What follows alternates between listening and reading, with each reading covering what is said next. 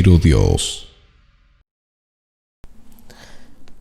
Muy bienvenidos, queridos hermanos y hermanas, al Reavivados por su Palabra del día de hoy.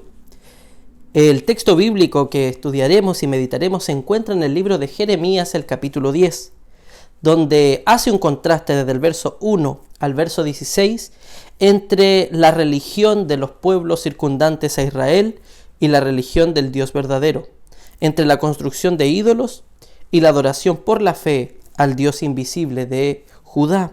En el versículo 1 al versículo 2 comienza la introducción de este discurso diciendo el Señor así: no aprendáis el camino de las naciones, ni tengan temor de las señales del cielo, aunque las naciones las teman.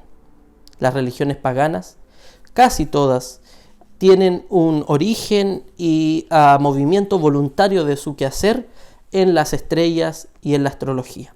El movimiento de los planetas, el eclipse del sol, el movimiento de la luna, todo conlleva y construye la voluntad de las deidades. Sin embargo, la religión de Israel no puede estar mirando a la creación, porque conoce a su Creador. Y eso es lo que dice el verso 3 al verso 5. Muestra estos textos cómo se manufacturan todos los ídolos de las religiones circundantes a Judá. Pero en el verso 8 deja en claro el Señor que todo esto es vano. Es decir, dice así el texto: todos se infatuarán y entontecerán.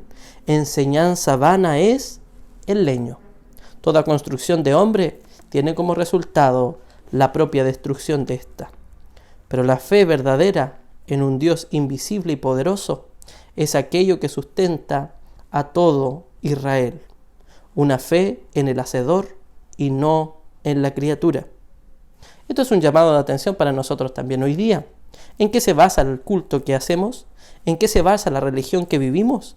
¿En nuestras experiencias personales? ¿En las experiencias de nuestro alrededor?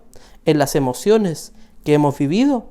¿O en una fe inquebrantable en los propósitos insondables de Dios manifestados en su verdad por su palabra? El Señor dice así en el verso 10: mas Jehová es el Dios verdadero, Él es el Dios vivo y el Rey eterno. Ante su ira tiembla la tierra, y las naciones no pueden sufrir su indignación. Les diréis esto a las naciones circundantes: los dioses que no hicieron los cielos ni la tierra desaparezcan de la tierra y de debajo de los cielos.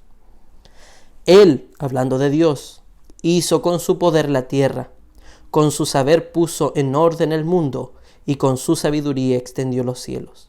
A su voz se produce en el cielo un túmulo de aguas. Él hace subir las nubes del extremo de la tierra, trae los relámpagos con la lluvia y saca el viento de sus depósitos. ¿Por qué fijar la fe en aquello que es obra humana? No. La fe verdadera está amparado en fundamentos mucho más sólidos que la creación, en el Creador. En el verso 17 en adelante, la Biblia muestra el asolamiento de Judá y el por qué se produjo este. Dice el verso 19 así: ay de mí, habla Jeremías ahora, haciéndose parte del sufrimiento y del juicio de Dios a su pueblo, porque Él también es del pueblo. Ay de mí por mi quebrantamiento, mi llaga es muy dolorosa, pero dije: ciertamente enfermedad mía es esta, y debo sufrirla. En el versículo 20, la Biblia menciona las causas del extravío de Israel y hace una fuerte alusión a los dirigentes del pueblo. Mis hijos me han abandonado y perecieron. No hay quien levante mi tienda, ni quien cuelgue mis cortinas. Y el verso 21 dice: porque los pastores se han vuelto necios, no han buscado a Jehová, por eso no prosperaron y se dispersó todo su rebaño. El principio de la degradación del pueblo de Judá estaba en los que dirigían a su pueblo, en los pastores del rebaño.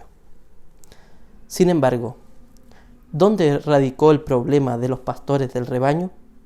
¿Dónde está la verdadera dificultad en los dirigentes de Israel para hacer volcar al pueblo del Dios verdadero a los ídolos? La Biblia lo manifiesta en el capítulo 3 del libro de Jeremías, el versículo 15. Jeremías capítulo 3, versículo 15. Los pastores se olvidaron de su mandato. He allí por qué el rebaño se dispersó. Esto es un llamado de atención para los pastores hoy día. ¿Qué hacer para que el pueblo se mantenga siguiendo al invisible y no siga vanos conceptos e ideas erróneas? La palabra de Dios nos manifiesta el mandato del pastor de Israel, que es el mandato de los pastores por los siglos y al que debemos ser obedientes y al que debemos avanzar día tras día, sin olvidarnos, tenerlo en nuestra frente y guardarlo en nuestro corazón para ponerlos por práctica en nuestra vida diaria. El Señor nos dice a nosotros los pastores que Él a su pueblo lo iba a apacentar con pastores de acuerdo a su corazón. Leo lo que dice Jeremías 3:15. Os daré pastores según mi corazón. ¿Quién es un pastor según su corazón? Los que los apacentarán con conocimiento y con inteligencia. Queridos hermanos y hermanas, el Señor nos ayude a volver siempre a la Biblia. Cuando tengamos la base en la Biblia y en los testimonios, entonces caminaremos seguros. Creed en su palabra y creed en sus profetas y seréis prosperados. Que el Señor nos ayude. Oremos a Dios para que todos, el pueblo, los hermanos, las hermanas, los pastores, todos los dirigentes del pueblo de Dios en la actualidad, podamos mirar en estas circunstancias especiales en las que estamos viviendo a la Biblia y los testimonios, hacer de ellos nuestro libro de texto para guiarnos y para no extraviarnos del sendero que el Señor ha puesto delante de nosotros. Un mandato: apacentar la grey de Dios con conocimiento de la palabra de Dios. Oremos. Padre Celestial, gracias por estas horas sagradas en las que nos encontramos. Llamo sagrada, Señor, porque entendemos que el evento que estamos afrontando como humanidad, Señor, es un momento solemne.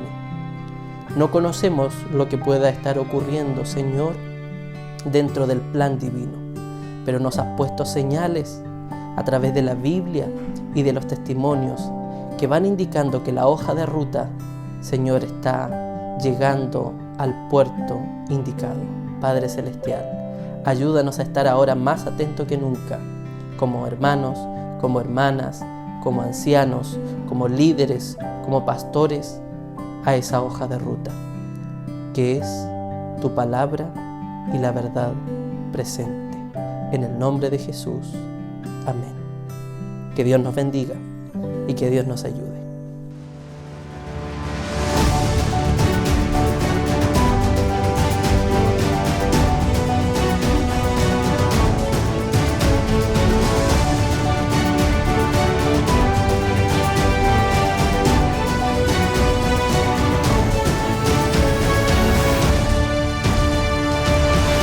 Primero Dios.